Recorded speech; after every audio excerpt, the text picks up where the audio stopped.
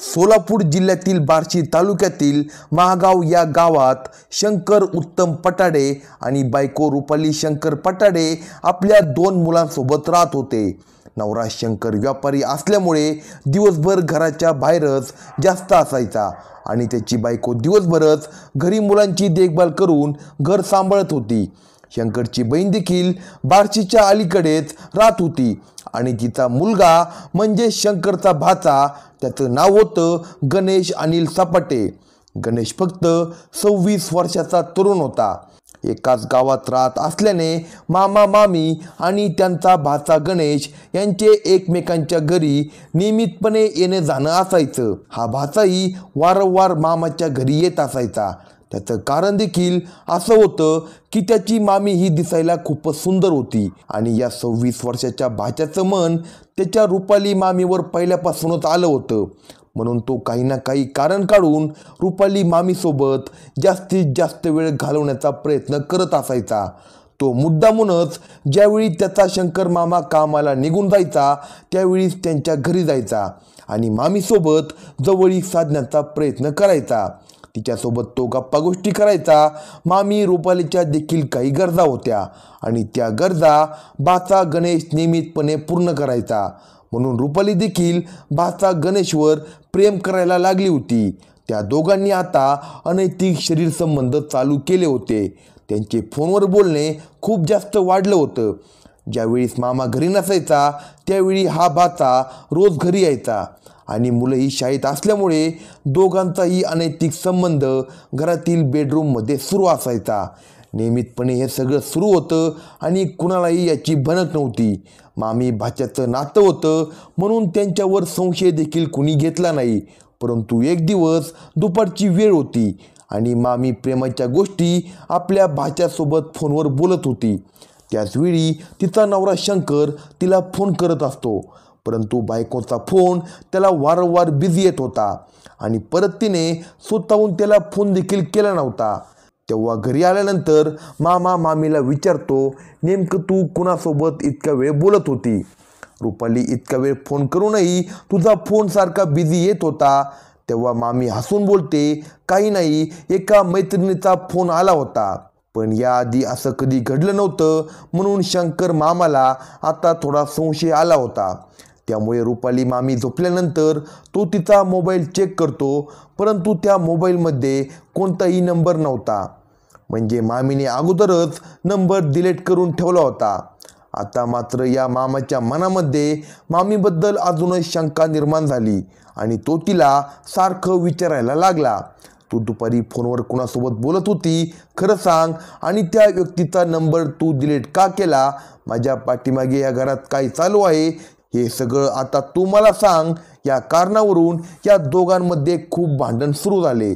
मनात संशयाने जागा निर्माण केल्यावर मामा रोजच दारू पिऊन घरी यायचा आणि दारू पिऊन घरी आल्यानंतर अजून त्या दोघांमध्ये भांडणे जास्त वाढायची। भांडण वाढल्यानंतर मामा हा नेहमीच मामीवर हात उचलू लागला होता। आता वारंवार त्याच्या घरात हे सगळं घडत होतं, ज्याचा परिणाम त्यांच्या लहान मुलावर होत होता।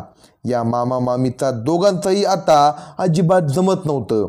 मामा रोज काही कारण सांगून घरी लवकर यायचा, बायकोवर लक्ष ठेवायचा आणि कोणत्याही कारणावरून घरी बायको रुपालीसोबत भांडण करायचा।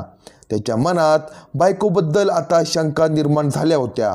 रुपाली मामीला मात्र हा प्रकार आता नकोसा वाटत होता आणि म्हणूनच मामीला फक्त भाचा प्रिय झाला होता आणि आता आपल्या भाच्यासोबतच संपूर्ण आयुष्य घालवायचा विचार रुपाली मामीचा सुरू होता। या मामीला आता तिच्या भाच्यासोबत लग्न करायचे होते आणि नवऱ्याला कायमच सोडून द्यायचे होते।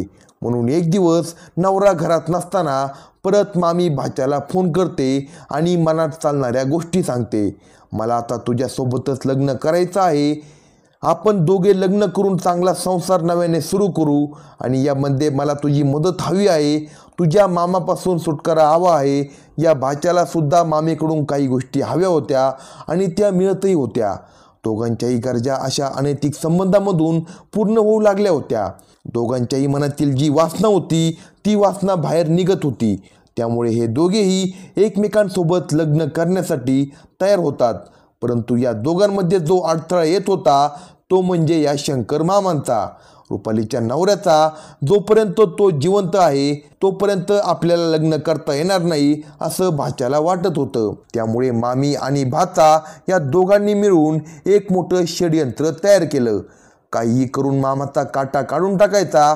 मामा एकदा गेला की आपल्या दोघांमध्ये कुणीही येणार नाही आणि कुणाला आपल्यावर शंका देखील येणार नाही की आपल्या दोघांमध्ये काय सुरू आहे. नंतर आपण दोघंही लग्न करूया आणि आयुष्यभर एकमेकांच्या सोबत राहूया. मामी आणि भाचा दोघेही या अनर्थ पापी गोष्टीसाठी तयार होतात. खूप दिवस विचार करून दोघेही एक मोठा प्लॅन बनवतात. प्लॅननुसार 17 फेब्रुवारी 2025 रोजी भाचा संध्याकाळी 4:30 वाजता आपल्या घरी आईला सांगतो की मी माझ्या मित्रांसोबत 1-2 दिवसांसाठी बाहेर गावी फिरायला जात आहे. घरी असे खोटे सांगून तो सरळ आपल्या मामाच्या घरी जातो. मामा आणि भाचा या दोघांनाही दारूचे वाईट व्यसन होते.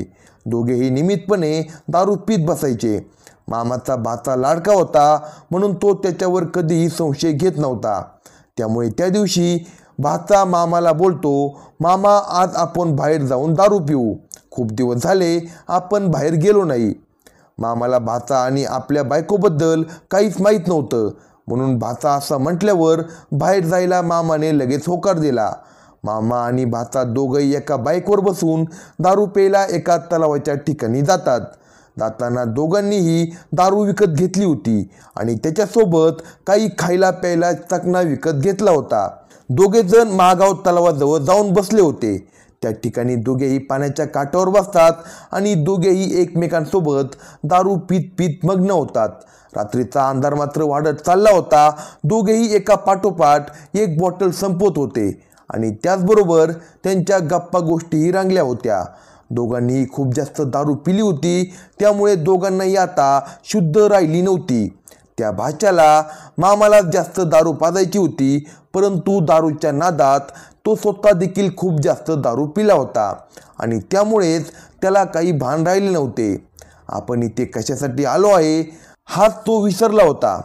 आता बराच वेळ त्यांचा असाच गेला तेव्हा भाच्याच्या लक्षात आले की आपण इथे का आलोय. म्हणून भाचा आजूबाजूला बघतो तर मध्यरात्र होत आली होती आणि तो बघतो की आपल्या जवळपास कुणी नाही. हीच योग्य वेळ आहे मामाला या पाण्यामध्ये टाकून देण्याची. त्यामुळे योग्य वेळ बघून भाचा मामाला पाण्यामध्ये ढकलण्याचा प्रयत्न करतो. तेव्हा मामाच्या लक्षात आलं होतं की आपला भाचा आपल्यासोबत काहीतरी वाईट करण्याचा प्रयत्न करत आहे. त्यामुळे मामाने देखील भाच्याचा पाय घट्टपणे पकडून ठेवला आणि दोघांच्या या झटापटीत दोघेही तलावाच्या पाण्यामध्ये खाली पडतात.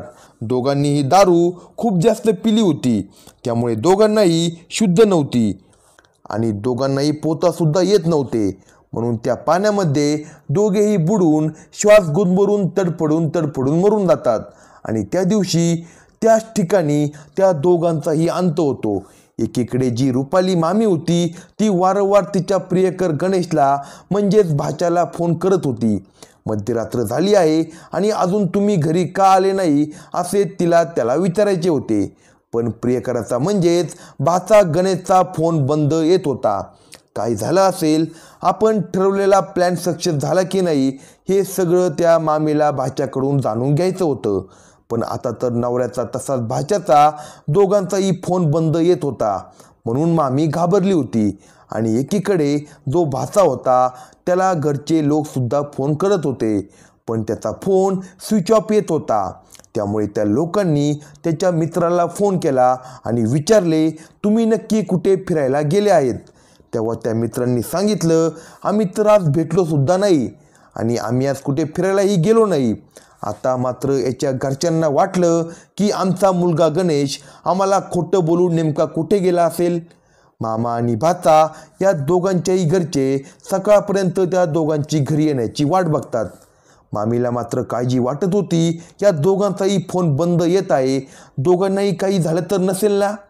त्यामुळे सकाळी दोघांच्याही घरचे जवळच्या एका पोलीस स्टेशनमध्ये जातात आणि कंप्लेंट करतात मामा आणि भाचा दोघेही गायब झाले आहेत. तिथले पोलीससुद्धा यांची तक्रार नोंद करून घेतात आणि दोघांचा शोध घेण्याची सुरुवात करतात. त्यानंतर तारीख होती 19 फेब्रुवारी 2025ची. शिवजयंतीचा तो दिवस होता. दुपारचे 2 वाजले होते. काही कोळी बांधव मासे काढण्यासाठी तलावावर गेले होते. त्या तलावात त्या दोघांचाही मृत्यू झाला होता. या लोकांची नजर त्या दोघांच्या मृतदेहावर पडते आणि लगेचच तिथे पोलिसांना ते माहिती देतात. पोलीस तात्काळ त्या ठिकाणी येतात आणि त्या बांधवांच्या सहाय्याने पोलीस त्या दोघांच्याही मृतदेह तलावाच्या बाहेर काढतात. पोलिसांकडे सुद्धा 2 दिवस अगोदरच या दोघांच्या मिसिंगच्या तक्रारी आल्या होत्या. त्यामुळे पोलिसांनी त्याच्या घरच्यांना लगेच फोन केला. एकीकडे पोलिसांनी मामीला फोन केला तर दुसरीकडे भाच्याच्या घरी. त्यानंतर दोघांच्याही घरचे लोक तिथे जमतात. घरच्यांना समोर 2 मृतदेह पाहून खूप दुःख झाले होते. पोलीस या दोघांच्याही बॉडींना पोस्टमॉर्टमसाठी हॉस्पिटलमध्ये पाठवून देतात आणि पोस्टमॉर्टमच्या रिपोर्टमध्ये समोर आलं की दोघांचाही मृत्यू होण्याच्या अगोदर दोघांनी खूप जास्त दारू पिली होती. पोलिसांसमोर आता खूप मोठे आव्हान होतं की दोघांची हत्या नेमकी कुणी केली हे शोधण्याचं. पोलीस आता आपल्या तपासाला लागतात. सगळ्यात अगोदर पोलिसांनी मामा आणि भाचा या दोघांच्याही फोनचा पूर्ण रेकॉर्ड काढला. कॉल हिस्ट्री काढली.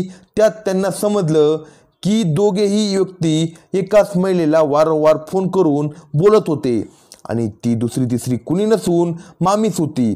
त्यामुळे पोलिसांनी विचार केला हा मामा आहे, ही त्याची बायको आहे आणि त्यामुळे हा वारंवार तिला फोन करत असेल. पण भाचा कशासाठी तिला इतक्या वेळा फोन करत होता, ही तर त्याची मामी होती आणि म्हणूनच अशा संशयामुळे पोलिसांनी मामीला चौकशीसाठी पकडले आणि मामीची चांगली कसून चौकशी सुरू केली. मामी अगोदरच खूप जास्त टेन्शनमध्ये होती, कारण नवरा पण तिने गमावला होता आणि भाचा म्हणजे प्रियकर सुद्धा तिने गमावला होता. त्यामुळे तिने पोलिसांसमोर सगळ्या काही गोष्टी मान्य केल्या आणि तिने सांगून दिलं की भाचा आणि तिने मिळून कशा प्रकारे प्लॅन केला होता. हा प्लॅन आम्ही फक्त नवऱ्याला मारण्यासाठी केला होता, पण भाचाच मरून गेला होता. अशा प्रकारे ही संपूर्ण घटना उघडकीस आली. अशाच नवनवीन क्राईम स्टोरी ऐकण्यासाठी कलम 302 या मराठी चॅनेलला सबस्क्राईब करा आणि आपल्या प्रतिक्रिया कमेंट बॉक्समध्ये कळवा.